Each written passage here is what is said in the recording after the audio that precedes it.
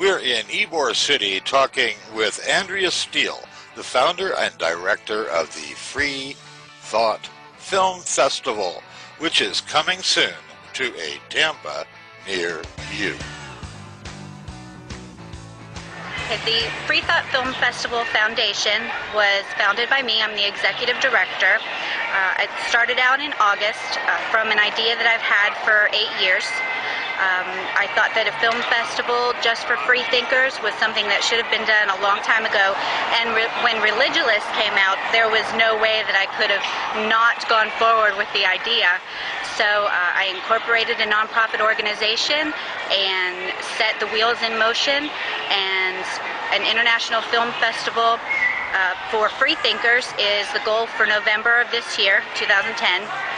And it's something that all free thinkers, whether they're atheists, agnostic, humanist, skeptic, they can all get behind because it promotes reason and critical thinking and freedom of inquiry, which is important to, I think, all free thinkers.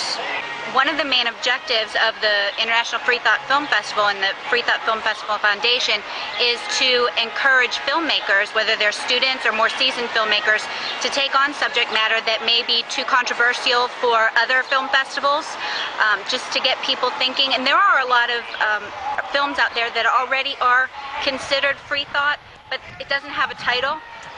This creates a specific niche and encourages more and more films that make people think and aren't afraid to inquire about things that typically the populace thinks is just way too controversial to take on.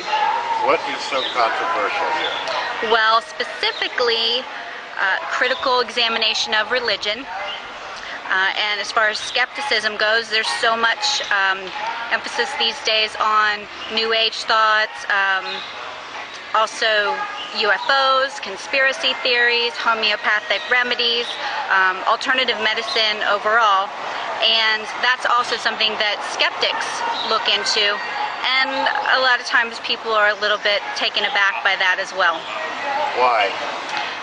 It's something that people cling to in order to feel like they're spiritual in some sort of way.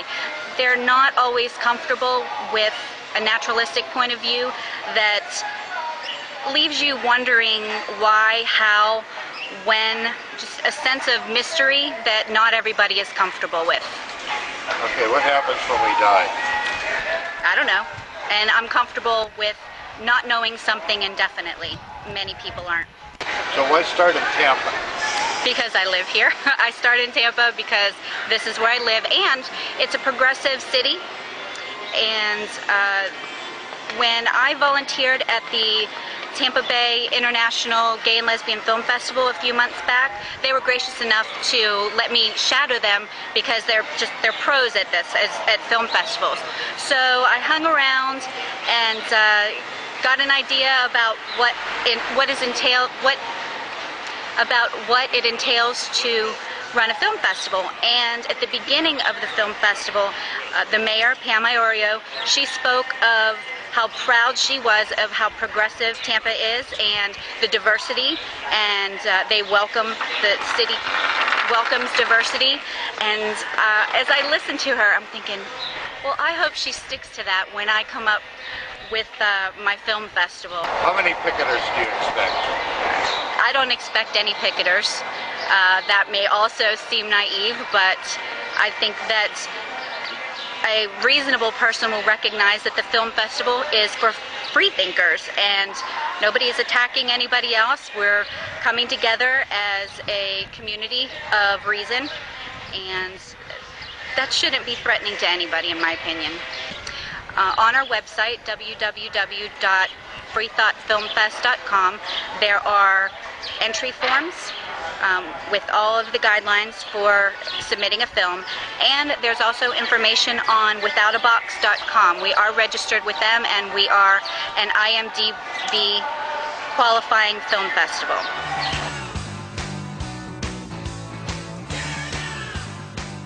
I grew up Southern Baptist, and when I was a teenager, I just grew out of it and started reading things that my church told me never ever to touch and never ever to read. I was always very fascinated by occult books. When I was very young, I often looked into the 0-hundreds of the Dewey Decimal System in the library about aliens and ghosts and monsters and witches. I was very, very fascinated with the occult.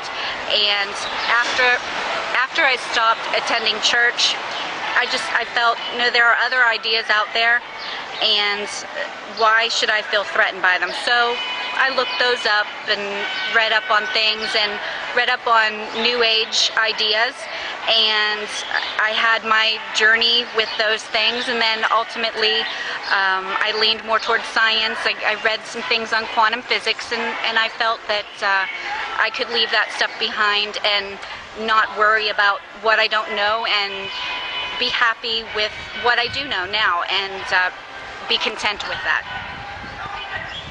Do you have anything you want to proselytize? No, nothing. I have nothing that I want to proselytize.